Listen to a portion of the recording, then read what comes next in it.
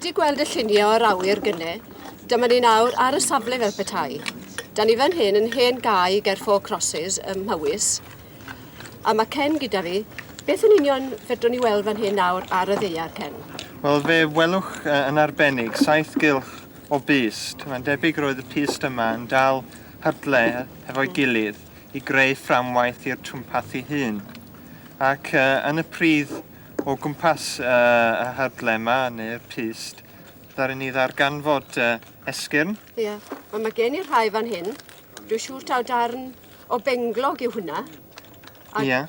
Os yna rhywbeth arall o ddiddordeb chi wedi ddarganfod? Oes, da ni wedi hel siampls o golosg yma, ac efo'r rhain, cawn ni ddyddio'r twmpathu hun, sef drwy cyfri ôl y drobeladredd sydd yn y siampl yma.